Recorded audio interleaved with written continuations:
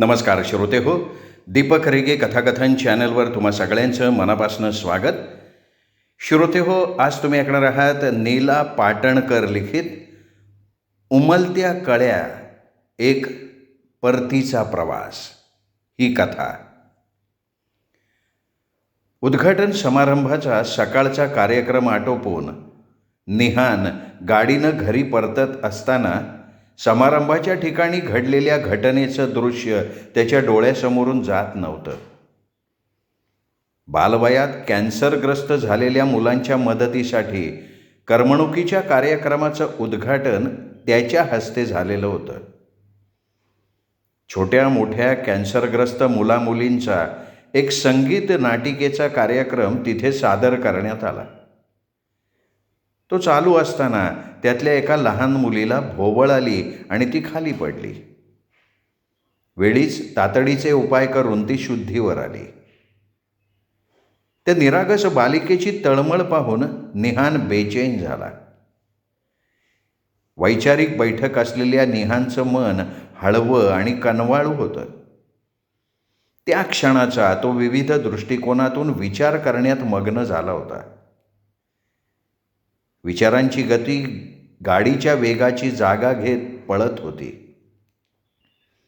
दुपारचे 12 वाजून गेले होते. अजून पोहोचायला 30-40 मिनिटं लागणार होती, कारण त्याचा बंगला थोडा गावापासून दूर होता. यानंतर एका घरगुती समारंभासाठी त्याला वेळेत जाणं गरजेचं होतं. त्याच्या लाडक्या चिनूचा आज वाढदिवस होता. गाडी भरधाव वेगानं रस्त्याच्या दुतर्फा असलेल्या हिरव्यागार झाडांना मागे टाकत मार्गक्रमणा करत चालली होती. चहूबाजूला भाजीचे मळे आणि शेतातली तृणपाती डौलात डौलत होती. दूरवर हिरवाईनं नटलेले डोंगर दिमाखात ओळीनं उभे होते. दुपारची वेळ असल्यामुळे रस्ता बऱ्यापैकी निर्मनुष्य, मोकळा, सुनसान होता. असं असलं तरी उन्हाचे चटके बसावेत इतपत दुपारचं माध्यान्नीचं ऊन होतं. तितक्यात त्याच्या विचारांच्या तंद्रीला ब्रेक लागून तो स्तब्ध झाला. निहानचं लक्ष रस्त्याकडे गेलं. एक बाई आणि 8 ते 10 वर्षांचा मुलगा, मळकटलेले कपडे, विस्कटलेले केस असलेला, त्या बाईचा हात धरून चालला होता.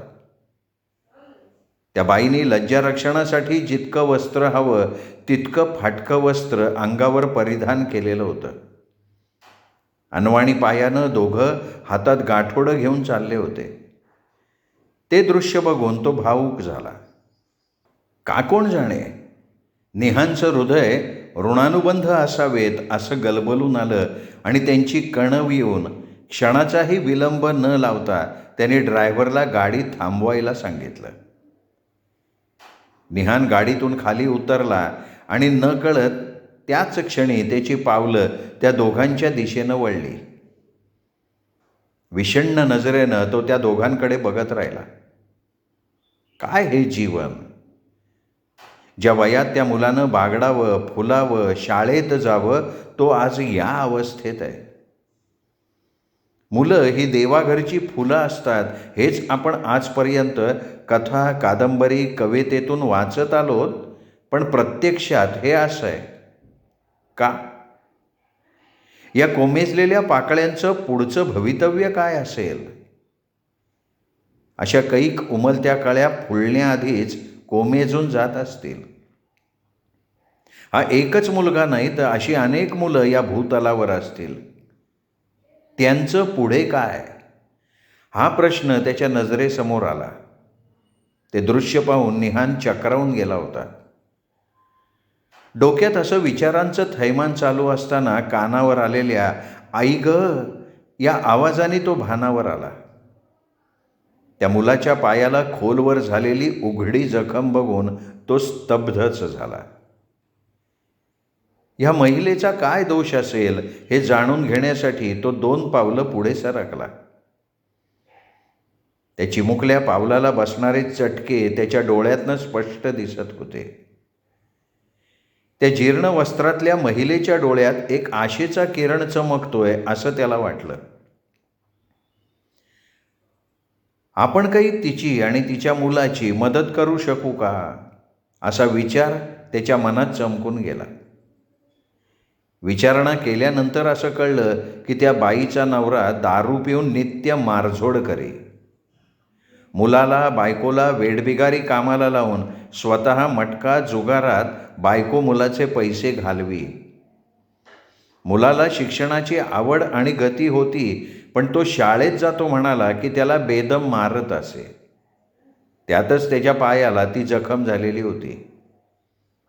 आणि आज नवऱ्याने त्या दोघांनाही घरातून हाकलून दिलं होतं आणि म्हणून ते कामाच्या शोधात शहरात निघाले होते. निहाननी त्या महिलेला विचारलं की मी दोघांची व्यवस्था करतो, माझ्याबरोबर येता का. थोडा विचार करून ती महिला त्याच्याबरोबर यायला कबूल झाली.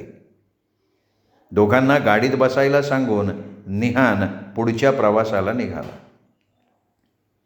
निहान एक मध्यमवर्गीय कुटुंबातला चाळीत राहणारा हुशार मुलगा. स्वकष्टाने स्वबळावर स्वतःच्या ध्येयाच्या बळावर चढत्या क्रमांकानं यशाच्या शिखरावर पोचला होता. 40शीतल्या या ध्येयवेड्या मुलाचं तळागाळातील पीडित लोकांवर लक्ष केंद्रित असायचं. त्यांना कसं मनोबल द्यायचं, त्यांना कसं वर उचलून घ्यायचं, हा विचार त्याच्या मनात अहोरात्र चालू असायचा. मोठ्या कष्टाने आणि मेहनतीने त्यांनी स्वतःचं MBA पूर्ण केलं होतं आणि स्वतःच्या हिमतीवर तो अनेक लहान मोठे लघु उद्योग यशस्वीपणे करत होता. थोड्याच दिवसात एक नावाजलेला उद्योगपती म्हणून तो ओळखला जायला लागला.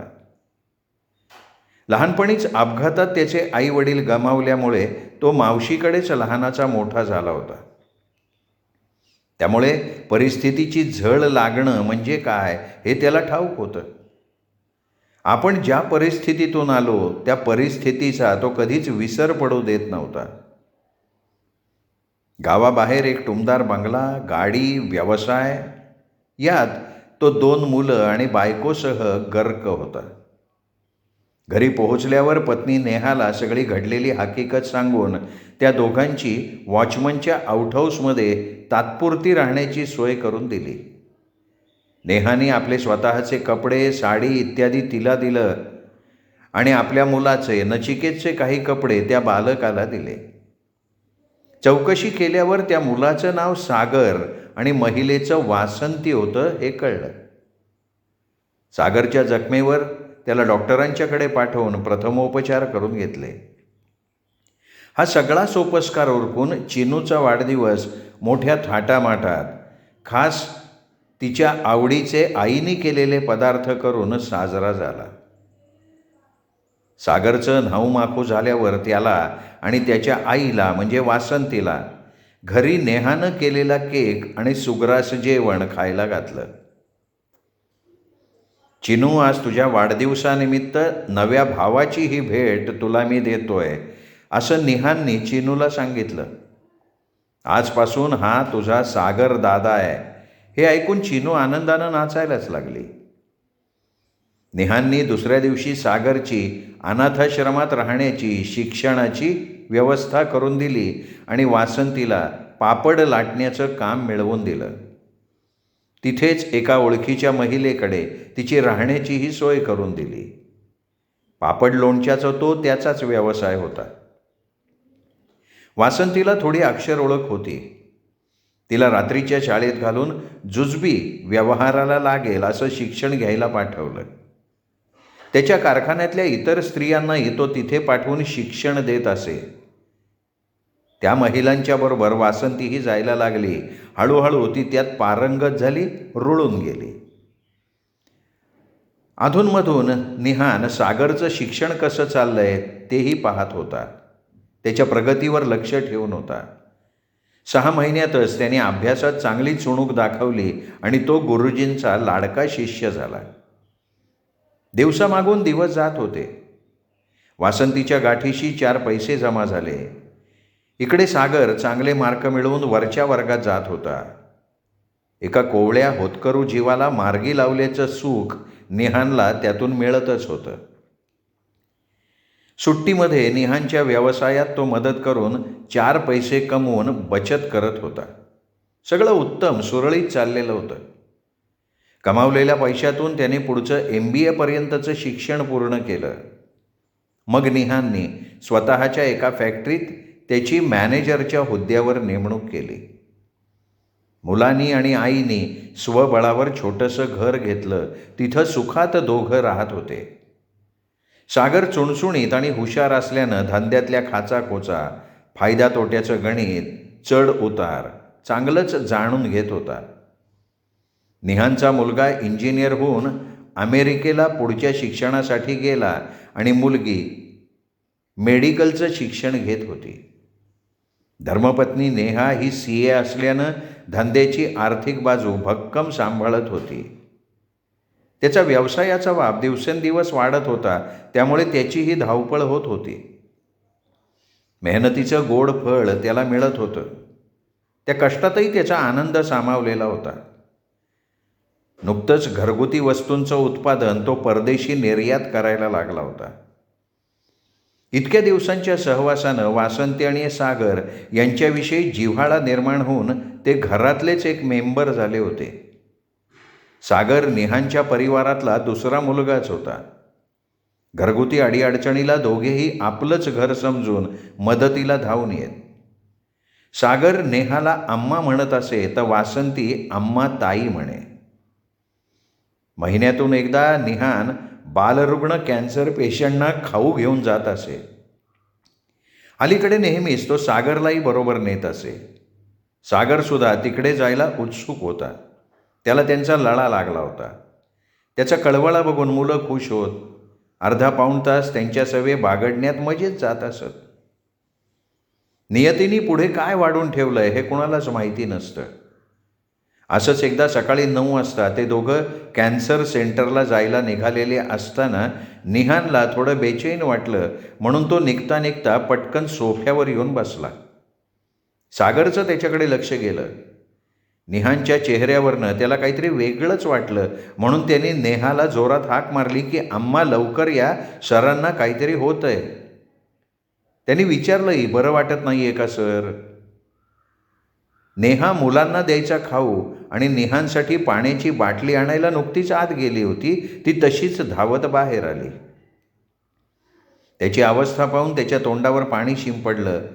थोडं पाणी पाजून सोफ्यावर आडवं झोपून रोजच्या फॅमिली डॉक्टरांना घरी फोन करून तातडीनं बोलवून घेतलं.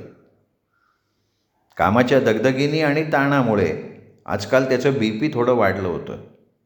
गोळ्या घेतल्या की वाटेल बरं असं वाटलं. डॉक्टर येऊन तपासल्यानंतर लगेच ॲम्ब्युलन्स बोलवली आणि निहानला हॉस्पिटलमध्ये ॲडमिट करण्यात आलं. तिथे गेल्यावर सर्व चाचण्या झाल्या आणि सौम्य हार्ट अटॅक आल्याचं लक्षात आलं. लवकरच बायपास करावी असंही ठरलं. योग्य दिवस पाहून तारीख पक्की झाली. सागर दिवस रात्र निहानच्या उशा पायथ्याशी सोबतीला होताच. निहान हे त्याचं दैवत होतं. आज तो जो काही होता तो केवळ त्याच्यामुळे. ऑपरेशन करताना रक्ताची गरज भासली. घरातल्या सगळ्यांचे रक्तगट चेक केले.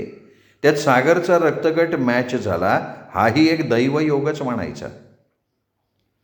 ठरल्याप्रमाणे ऑपरेशन यशस्वीरित्या पार पडलं. 2 बाटल्या रक्ताची गरज अर्थातच सागरने पूर्ण केली. निहान बरा होऊन जास्त ओढाताण न करता व्यवसायाचं कामकाज बघायला लागला. बाहेरची सगळी कामं सागरच बघत असे. परिस्थितीतून तावून सुलाखून निघालेला सागर जगात वावरताना दुसऱ्यांचं लक्ष वेधून घ्यायला लागला. तळपत्या उन्हाचे चटके रिचवणारा सागर सगळ्यांच्या आवडीचा विषय बनला. थोड्याच दिवसात त्याला एक चपलांची फॅक्टरी काढून देण्यात निहाननं हातभार लावला. त्याला एक स्वतंत्र व्यावसायिक बनवला. चपलाच का? याचं उत्तर लहानपणी अनवाणी चालणाऱ्या सागरने लगेच ओळखलं. दरवर्षी एक ठराविक चपलांचा कोटा गरीब, अनवाणी चालणारी बालकं आणि वृद्धांसाठी राखून ठेवायची ही अट घातली. आणि त्याचं वाटप निहानच्या मावशीच्या स्मरणार्थ तिच्या जन्मदिनी गरजूंना स्वतः जाऊन करायचं असं त्याने सागरला निक्षून सांगितलं. सागरने ते आनंदाने मान्य केलं. ज्यांनी जखमी पायाला उन्हाचे चटके सहन केले होते त्याला त्याची खरी किंमत ठाऊक होती. थोड्याच कालावधीत निहानचा मुलगा नचिकेत परदेशी उच्च शिक्षित होऊन मायदेशी परतला आणि निहानचा व्यवसाय सांभाळायला लागला. मुलगी निकिता म्हणजे लाडाची चिनू बालरोग तज्ज्ञ होऊन स्वतःचा दवाखाना सांभाळून खेड्यापाड्यातल्या बालकांच्या आरोग्य विकासाचं काम बघायला लागली. 30 वर्षांपलीकडे परतीच्या प्रवासात सापडलेल्या एका कोवळ्या सुकुमार उमलत्या कळीचं विकसनशील फुलात रूपांतर करण्याचं भाग्य निहानला मिळालं. त्याच्या पदरी पुण्य पडलं आणि स्वतःच्या परतीच्या प्रवासाचं नकळत प्रस्थान सुरू झालं. सुरवंटाचं फुलपाखरू करणारा हा अवलिया सर्वांचा वंदनीय उद्योजक ठरला. हे त्याला राष्ट्रपतींच्या हस्ते मिळणाऱ्या मानचिन्हावरूनच कळत आहे. श्रोते हो, तुम्ही ऐकत होतात श्रीमती नीला पाटणकर, शिकागो, अमेरिका यांनी लिहिलेली कथा. कथा कशी वाटली कमेंट करून जरूर कळवा. या उमलत्या कळ्या एक परतीचा प्रवास कथेबद्दल तुम्हाला काय वाटतं कमेंटमध्ये जरूर सांगा. कथेचा व्हिडिओ लाईक करा, हाईप करा, कथाप्रेमी मित्रपरिवारात शेअर करा. भेटत रहा दीपक रेगे कथाकथन चॅनलवर अशाच कथा कादंबरी ऐकत राहण्यासाठी. नमस्कार.